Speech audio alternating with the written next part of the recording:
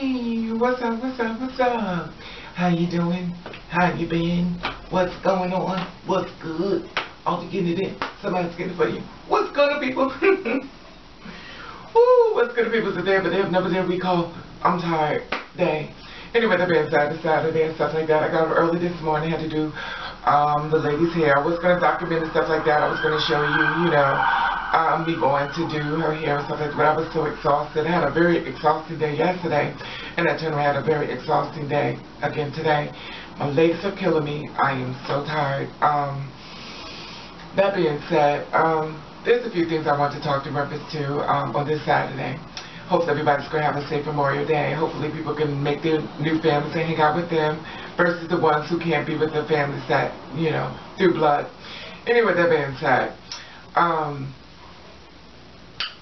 I learned in life and that it's very important that you are surrounded by people who really understand you in reference to your journey within life. You know, a lot of times I always try to make people understand that we have a lot of people that's in our lives and stuff like that that we feel as though have our back. In other words, when I say that means like, you know, family members or cousins, stuff like that, or some close friends. We feel as though they have our back and stuff like that. You know, they have no problem with us, and you know that they are on our side when it comes down to being true to you. And reality is that you can actually walk in and find out what they really feel about, you know, you and what they really feel about the LGBT community. A lot of them really don't agree with you. They just tolerate you. And the thing about it is that I learned that there's a difference between agreeing with someone and tolerating. Agreeing with someone meaning that, you know, I agree with you, you're living your life, you're trying to find, you know, your happiness. I tolerate you because you're in my family, you're my friend, and I really don't want to lose you as a friend and stuff like that, but I'll tolerate, but I don't agree with nothing of your lifestyle. I don't agree with nothing about you. And a lot of times you actually have people who just tolerate you, and they really don't agree with you. They think you're some type of confused... Excuse me, they think you're some type of confused mental person. I'm sorry, it's not funny, but forgive me. Anyway, they think you're some type of confused mental person.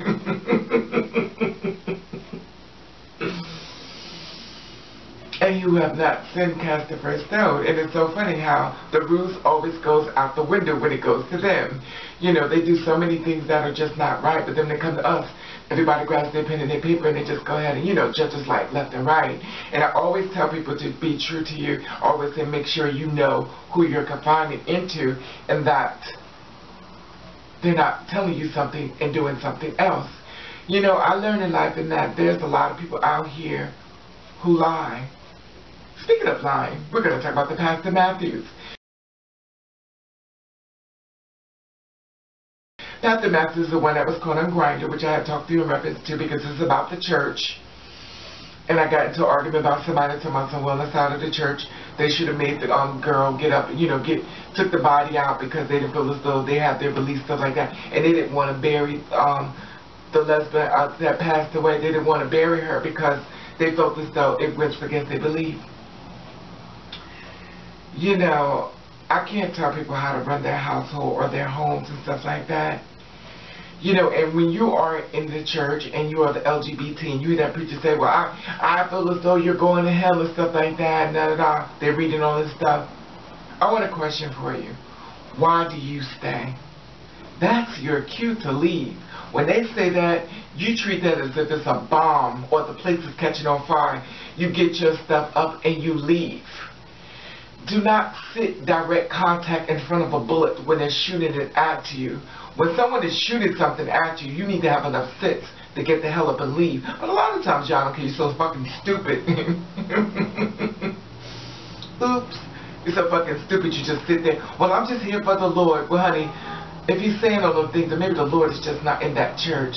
Anyway, that being said, speaking of Pastor Grindr, the one who sits up there and tells, you know, that got caught talking about, you know, you're going to hell and stuff like that. I found the victim that he victimized, and he was telling him that, you know, he's going to hell, and he had the boys so upset. Well, better yet, let me let you see it so you can judge for yourself. Down, I think I knew what he was saying was wrong, but it was just hard being a kid and an adult telling you that. A nervous Tyler Kish flushes with emotion when he thinks back to the day he went to his pastor at Midland St. John's Church to tell him he was gay.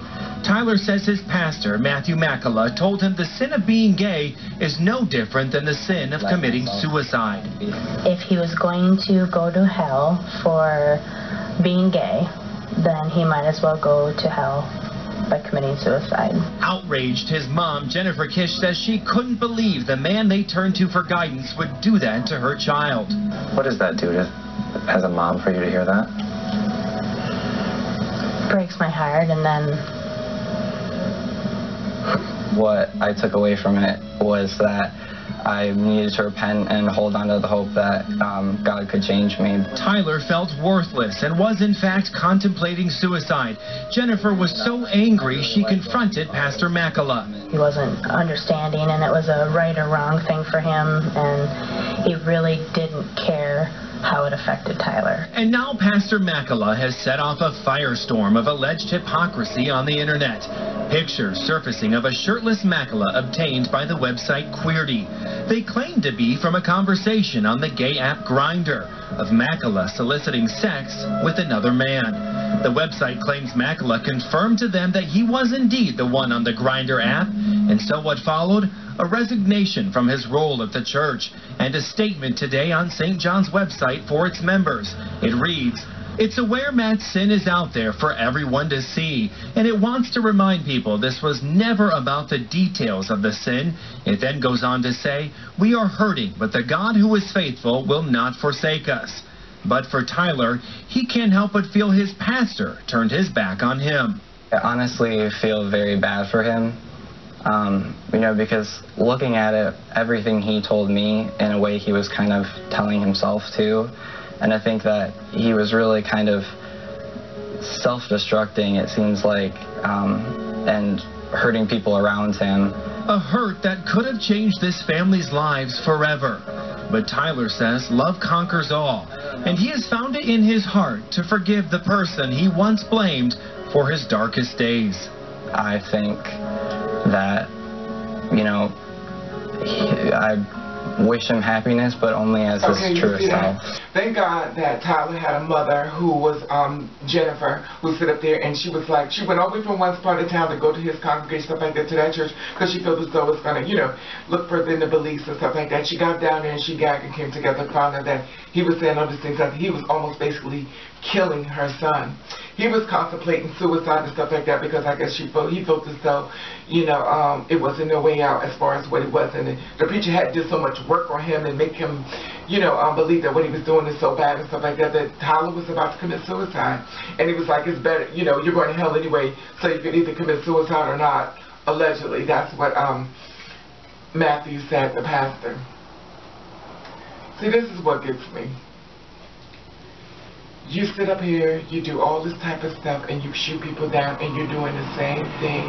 And I've talked to people constantly about this. Like when the guys say, oh, I can't stand them things. I can't stand them. I hate them. And then all the girls like me and the gay guys, we hear that. Is anybody at your house? I want to come and see. But on the streets, you can't stand me, and you want to hate me. But then in the closet of the door, here you come. Every girl knows that. Don't y'all know that? Don't you hear that? Yes, we all know it. See, Mars come, they coming with. Because other than that, I have no reason for me. But anyway, you understand what I'm saying? Because simple fact of the matter is that people like to deceive you. And that's why my whole importance of do videos, stuff like that, to get to the younger people, to let them realize that a lot of these people who are pumping all that bad stuff in your ear, you're going to hell and stuff like that, they're doing the same thing as you. That's why you have to be true to you, stick to your own kind like me and a lot of the girls who leave comments down there and let you know you are not alone. You're not walking this journey by yourself. We're some strong advocates as far as we trying to make sure that you know that you are not alone, so you can put down that knife, you can put down those pills, and you do not have to kill yourself because you are walking this journey with us. And we do not want you to leave us, because in unity, we can knock down a lot of doors. We cannot do that if you decide to commit suicide and stuff like that and leave us. So, you know, I just want to put this video out there to let you know how you church people, you Bible-slinging whores, try to sit up there and pass the judgment on somebody else, but yet still y'all doing it. And it's not just him, it's a whole lot of other ones. Oh, I remember a story about Eddie Bishop, this other pastor, I believe that's his name, but forgive me if I'm wrong, and he molested a whole bunch of little young boys, had them thinking that he treated them like sons, was in their bed doing everything to them. They filed a lawsuit and everything, but it is what it is. Anyway, that being said, for my little transsexuals and people like me, we understand the journey, and we're fighting as well. Anyway, that being said, have a safe weekend. I'm very tired. I just wanted to do this video, get it out there, to let you know about you church people. Not all church people bad. There are some good people. So when I say video, stuff like that, it's not every single person. Anyway, that being said, I want to say hello, all new people. Boom. I want to say old people, bam. And I want to thank you for watching. Thank you for subscribing. What you to do you. I want you to do the best way that you can. And if nobody don't like it, then fuck them forward.